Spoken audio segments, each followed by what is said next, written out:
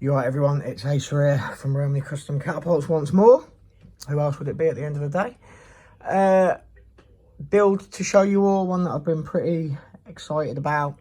A little bit different as well, in a way. First of all, as you can see, the design, if you don't already know, it is the HOTSHOT by Jofi Slingshot Hunter, a catapult that I've designed for him based on different things that he told me about what builds he likes and what he doesn't. Basically, he gave me, how can I say it? I can't think of the right word for it. He told me what the kind of thing he was looking for, and I went ahead with it.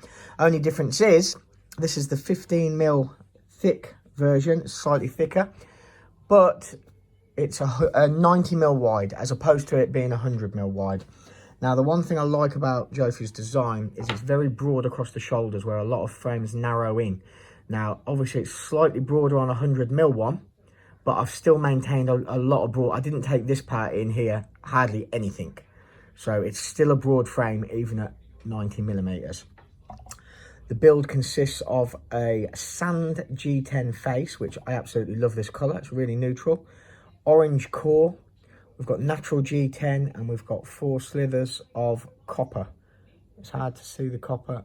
There you go. Like I always say, we ain't afraid of no close-ups. Lanyard bead is... lanyard... I'm all over the place today. I don't know what's the matter with me. Carbon fibre lined with copper. Then we've got the Stingray inlays in orange. This is genuine Stingray leather or skin, whatever you want to call it. It's quite a hard material. Really happy with the finish. I put them on the opposite side this time, on the front side, just for a change really. Looks pretty cool. This side we have mosaics, tiny little bit of a glue mark around there, and the reason being for that is the 6mm pin wouldn't fit in a 6mm hole, so I drilled the hole up to 6.1mm.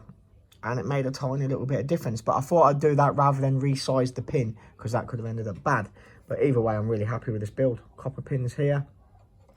Now, the one thing you'll notice that's really unusual about this, well, you might have noticed it, you might not. The slant is the opposite way.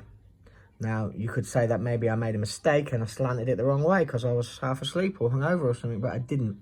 This was asked for. Now, the person that's ordered this catapult is a very good friend of mine. He lives just up the road. He's on my catapult team. And yeah, he changes a lot. Gets different stuff in his head. And he's got it in his head that he draws the frame back slightly. And he doesn't like the fact that the band isn't touching the fork tip. Now, when I slant a band back, it's not really for straight wrist shooting, because there need to be a lot more on a lot more of an angle. Like, they'd have to come right down for straight wrist shooting. What I do it for is so the band doesn't touch the fork, so it's less friction, and it also helps that little flick. You don't get the speed bump on the corner. Well, I like that, but some people obviously don't. Joe likes his band to rest on the tips. He reckons it helps him be consistent, so he can see the band resting, which I can understand his point of view. But like I say, he pulls his frame backwards. So we wanted the slant coming backwards. And this is something that it might work for him, it might not. I might have got the angle right. We decided on about a 3mm gradient. It might work perfect for him. If it doesn't, I can take that off and go back to a flat tip. I could go back to a slanted tip the opposite way, but if not this, he'll want it flat. So if he doesn't like it, we can take it back. I had to make some adjustments to the build to do that. I had to make it taller on the fork, because obviously I like between 4 and 5mm where the riv nut comes out for the grip of the band. And yeah, doing it the same height tip as I normally do was no good. I had to raise the fork tip to then take it down. So yeah, it was raised up slightly higher, but yeah, it's an adjustment that can be changed. But either way, I like this build.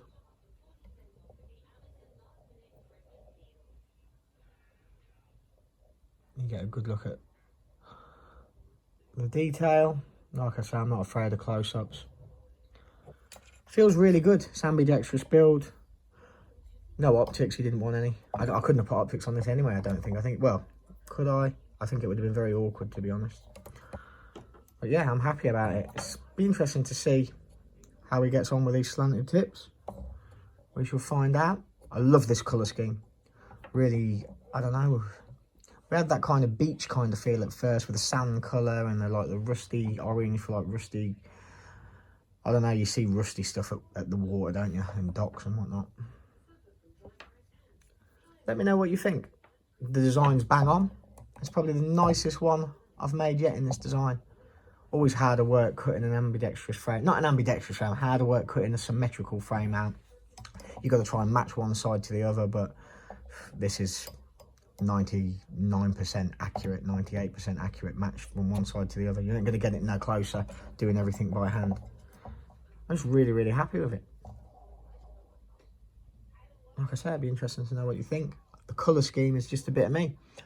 I like it. A Raptor would look great in that colour scheme. Oh, that's giving me ideas. A Raptor in this colour scheme, but slightly thinner. This has been 15mm. Try and drop a mil out somewhere. I think I could do that. I could probably even push a Raptor. I don't really like doing Raptors above 14mm, but we'll probably get away with a 15mm one, to be fair. In this colour scheme. Exactly the same as this, but in a Raptor, I think would look phenomenal.